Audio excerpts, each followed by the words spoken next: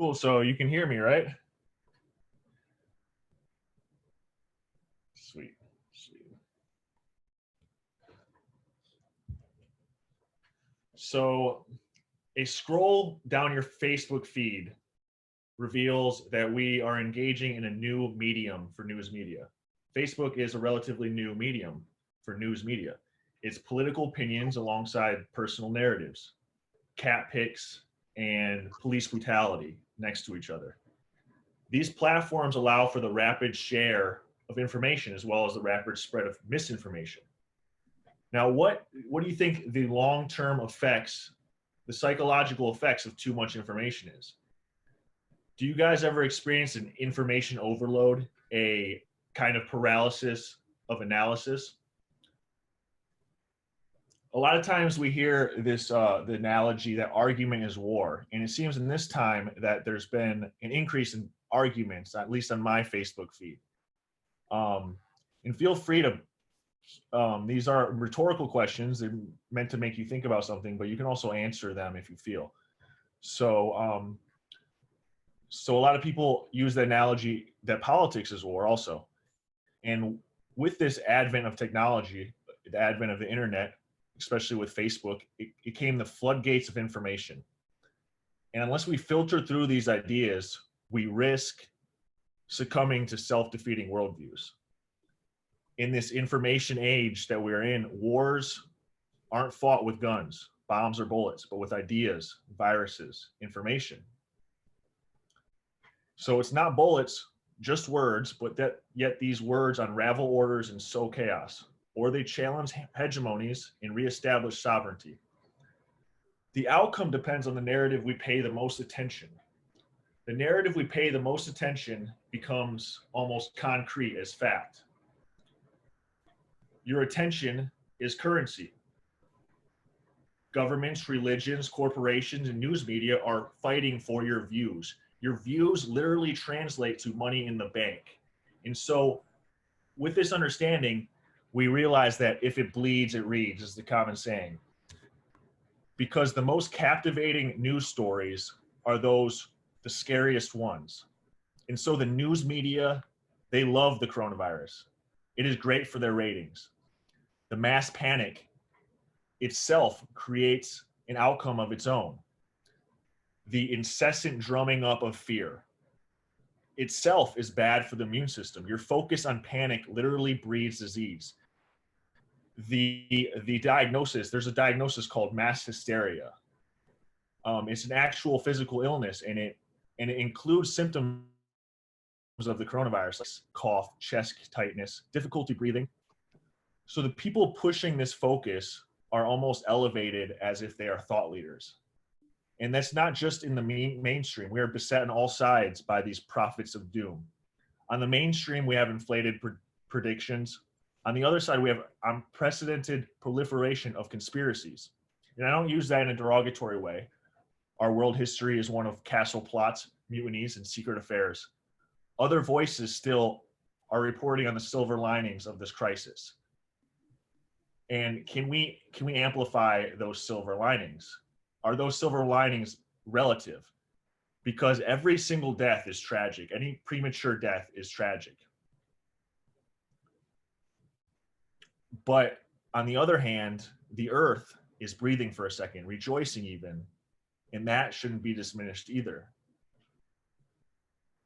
For the younger generation before this crisis happened was crying out for something, some way to slow down our reliance on fossil fuel, or this dependency on fossil fuel. It seemed that these industries would never slow down. And almost overnight, the cruise ships, the airlines, the buses, the car traffic, it shut down almost overnight. And so while there are undeniably many, many bad things happening through this crisis, and all the time, constantly before the crisis, the world is large and there are many good things that are happening and can happen through and by this coronavirus crisis. It is our focus into the changes that the crisis highlights, because a crisis is an opportunity. A crisis is change. It represents change. And these narratives, though, the positive narratives, the silver linings, aren't really profitable to news media, but they are powerful. Before this, we had been living in a kind of illusory golden age. It seemed as if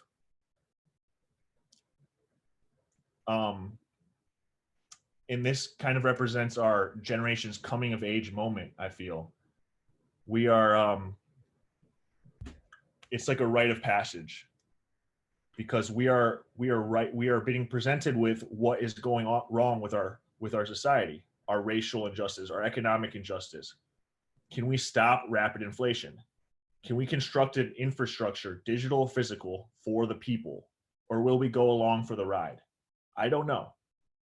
But since all these prophets of doom are prophesizing the worst outcomes, maybe we can present our own prophecy. Maybe we can present our own narratives and refocus and change the narrative that we're focusing on a day-to-day basis. Because I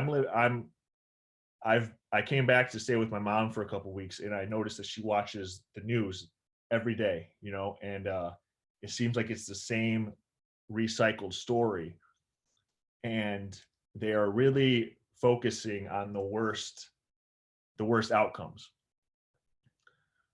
But a different perspective would be to see this isolation as a gift, to focus on projects. It's a gift an opportunity to focus on projects, and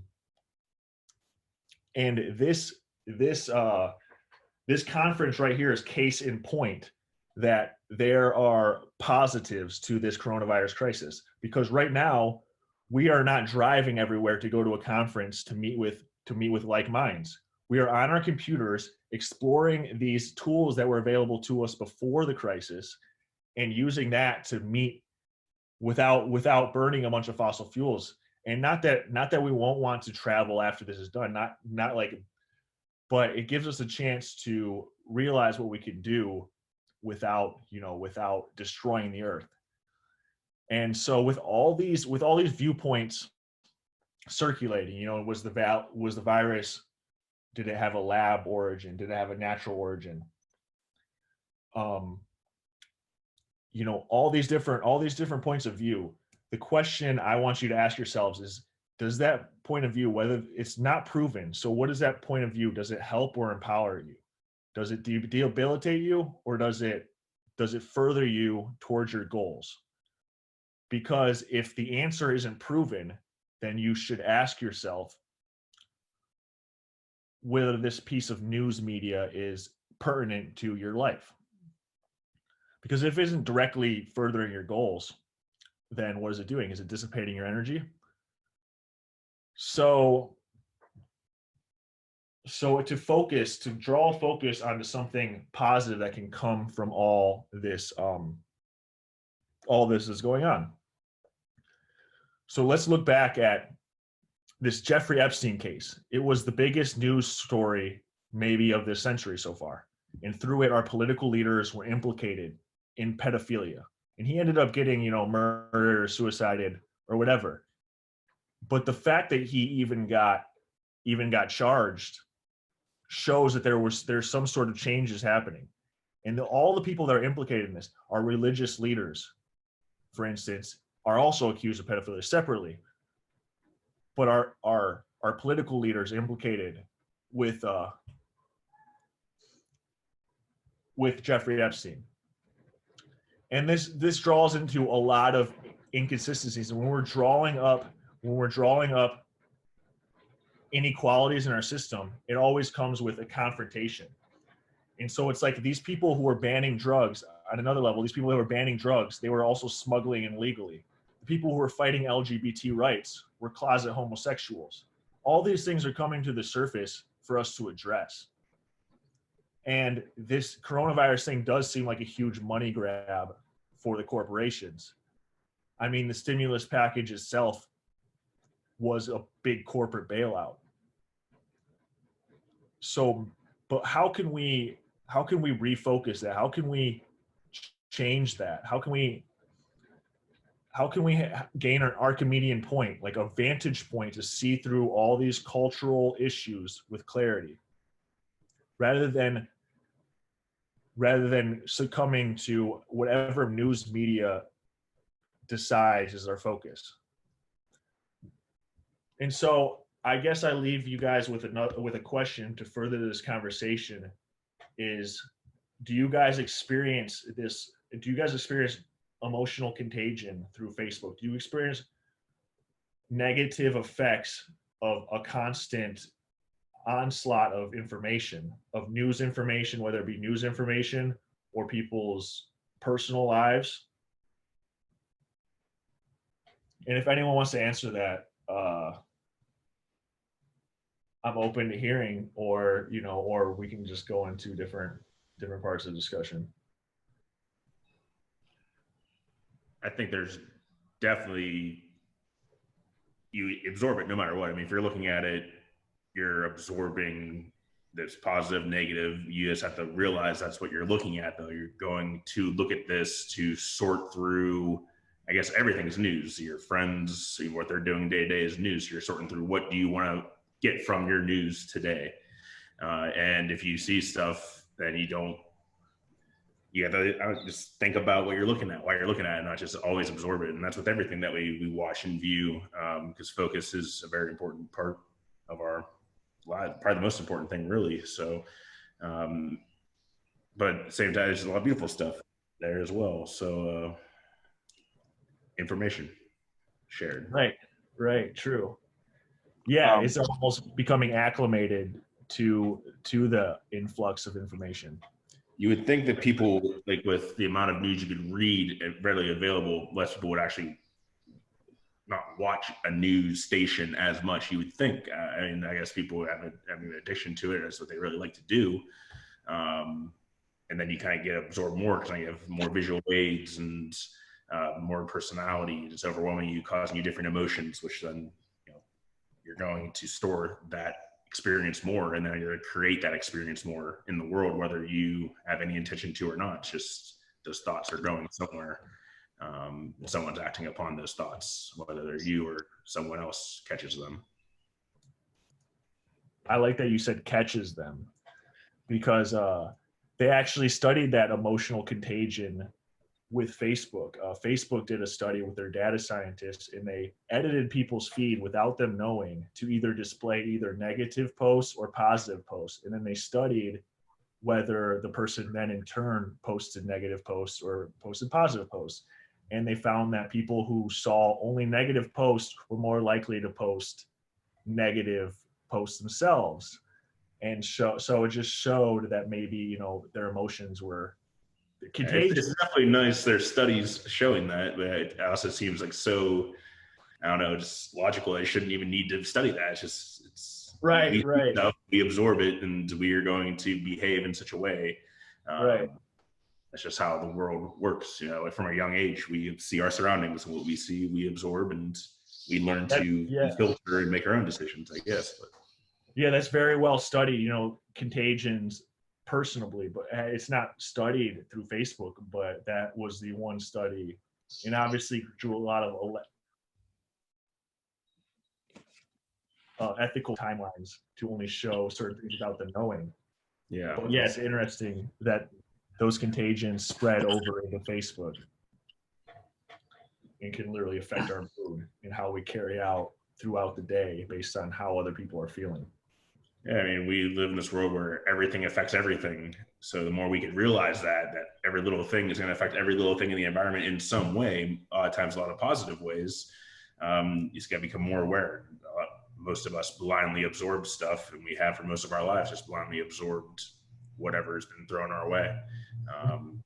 But we can find a way to just understand that's happening, take it back. And so I think just helping people learn to do that is like a huge start of trying to take a little more control of our own happiness, at least at the very least. Yeah, I think. Do you guys have anything else to add to that? I was gonna.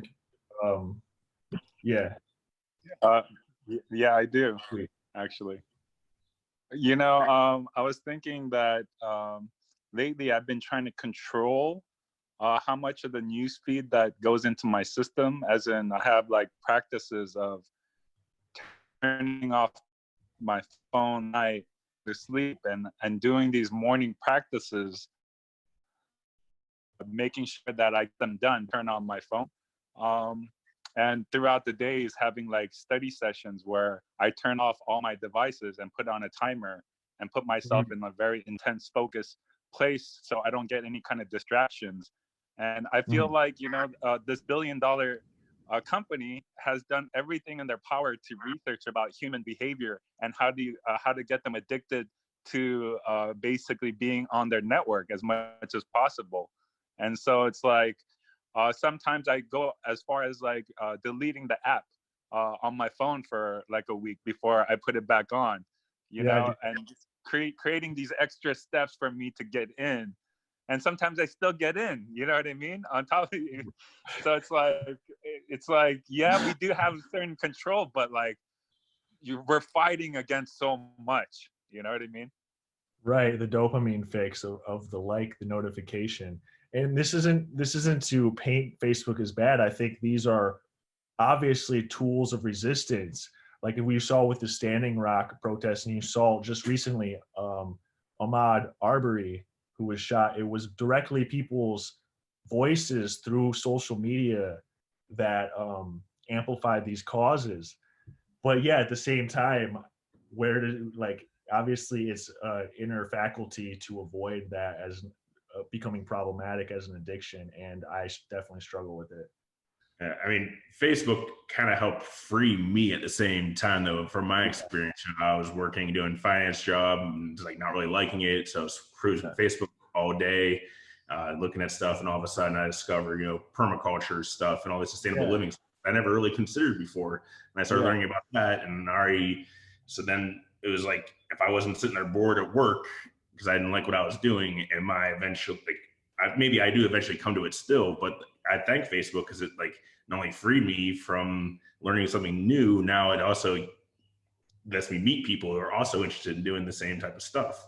Yeah. So for me, I mean, it still is addicting in different ways, and it does, you get different states of consciousness. You're on it and you're absorbing everything, sometimes even more so because you're drunk or whatever it is. You can end up absorbing more stuff that you probably isn't best for your health overall. But yeah, it's definitely a beautiful double-edged sword that was gifted us to all the internet. You know, Definitely. just you have to be able to step back and be conscious like what you're using it for, and so just blindly absorbing whatever comes your way. Exactly. Rather than just scrolling without intention, scrolling with intention, you know, or just, you know, everything with intention, I guess, is the overall goal of life. Everything you do should have, if you have intention in everything you do, that you should have more control on what you absorb and where it goes from there.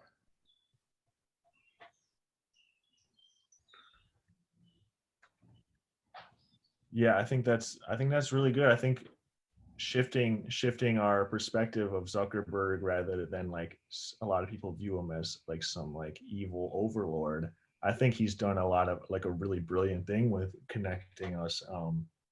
Yeah, everyone has some evil to them in some way, and on scale, it's like a ongoing. That's like the goal of life, you know, to overcome like your demons and know they're there and use them to help you instead of to hurt others or yourself. Because if you hurt anyone, you hurt yourself as it is. Right. So in the past, it was very few news sources that got to the people, and now it's whatever people share. And so in a way, it has empowered people in a lot of ways, I think. Yeah, there's definitely, we're seeing a lot more, no doubt, which is a beautiful thing. Yeah.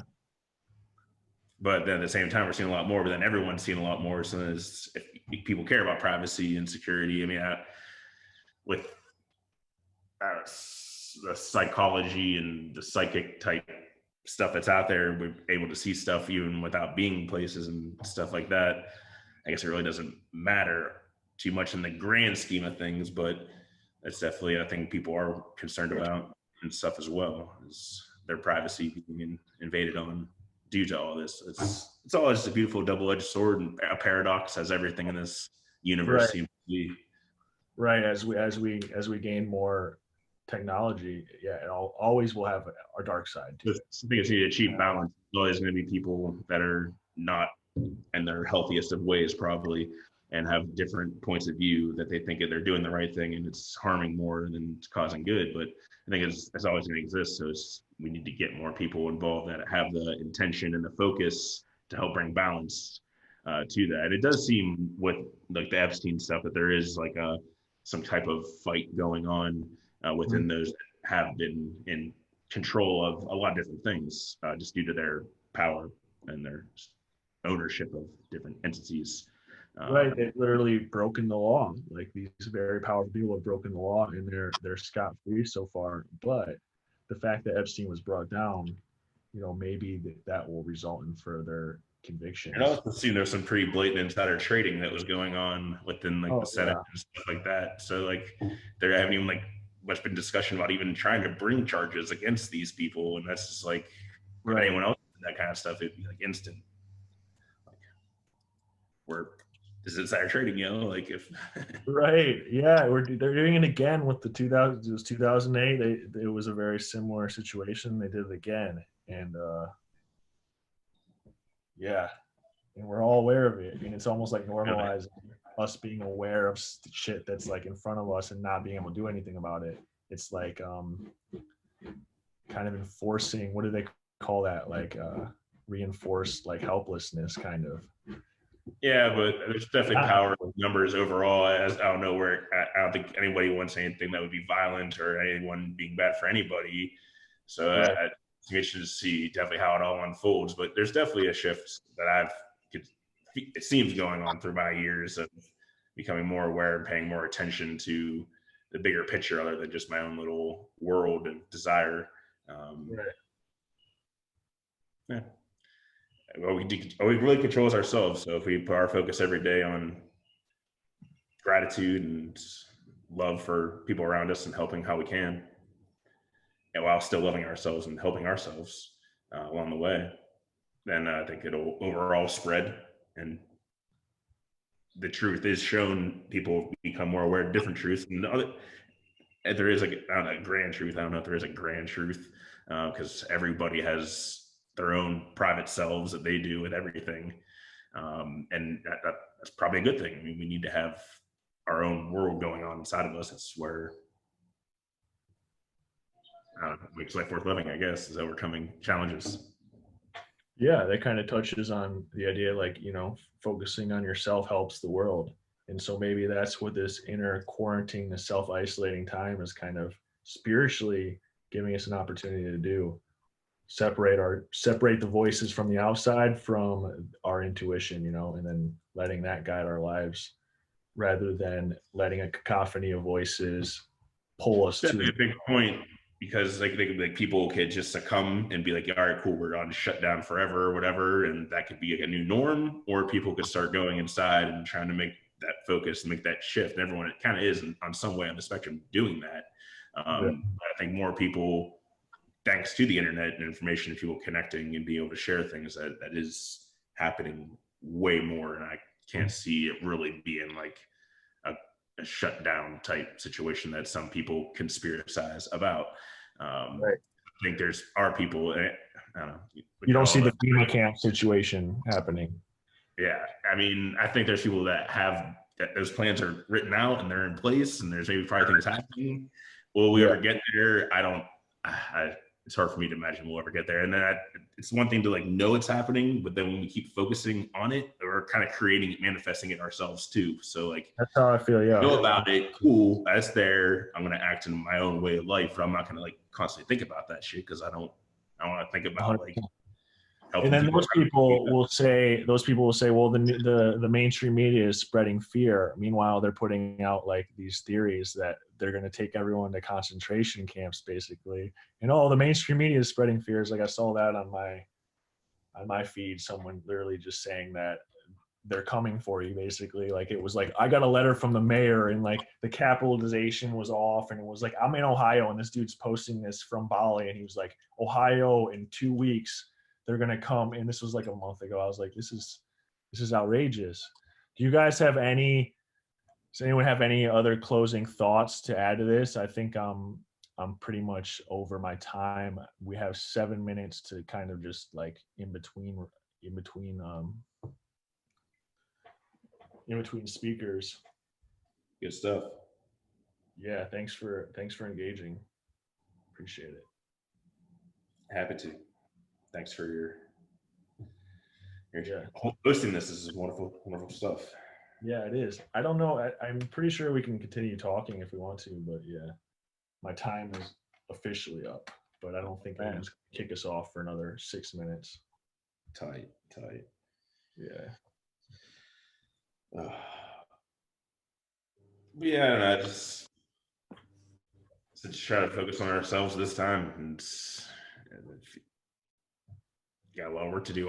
Everyone has all work to do all the time. I don't know. It's just like exciting. It's like people get bored or whatever, they want to do stuff. It's like I can be bored. Man. There's just so much stuff to like focus on. And it's hard to practice meditation. I've been trying to practice it for a while. It's just not easy to always sit down and do. But if you're that bored, it's like, well, there's something to try to do.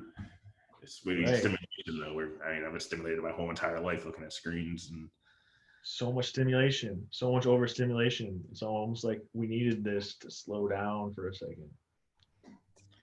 Yeah, it's definitely cool. When I had a couple of weeks where I was just like lazy as shit, glued to my screen, and I know like I'm trying to absorb like violence and stuff because I don't want to perpetuate that as much. I mean, I still enjoy seeing that stuff. That's obviously exciting stuff to the human, but it's like trying to manage it a little more because I mean, there's some pretty crazy shit that gets put right in front of us, and it's so stimulating to our brain and all of our emotions and all of our energies. It's like it's there. Mm-hmm. There's a lot of people acting on it already, so I don't need to add it.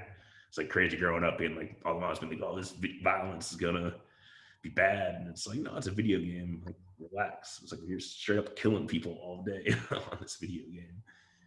Yeah, it's interesting that violence has always been a form of entertainment for humans, and still is today with UFC, boxing, etc. Oh yeah. Uni, how's Hawaii? Uni, I see my friend on the. Oh, he's muted. Cool, thumbs up. Cool.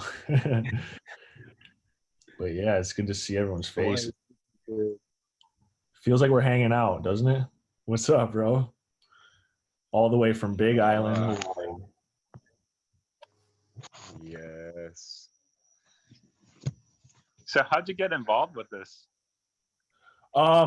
My friend Michael just invited me, just asked if I wanted to give a talk, and he was like, "What's the name of your talk?" And I was like, I just gave him a name. This was 2 weeks ago, and then last night I'm like, what do I present about this? Like I didn't, I gave him the name of it 2 weeks ago, and then I had to come up with like a topic for it. And so I'm glad you guys engaged, because otherwise I wouldn't have hit my allotted time. Well, I'm glad you we're here to open up this space and to hold it.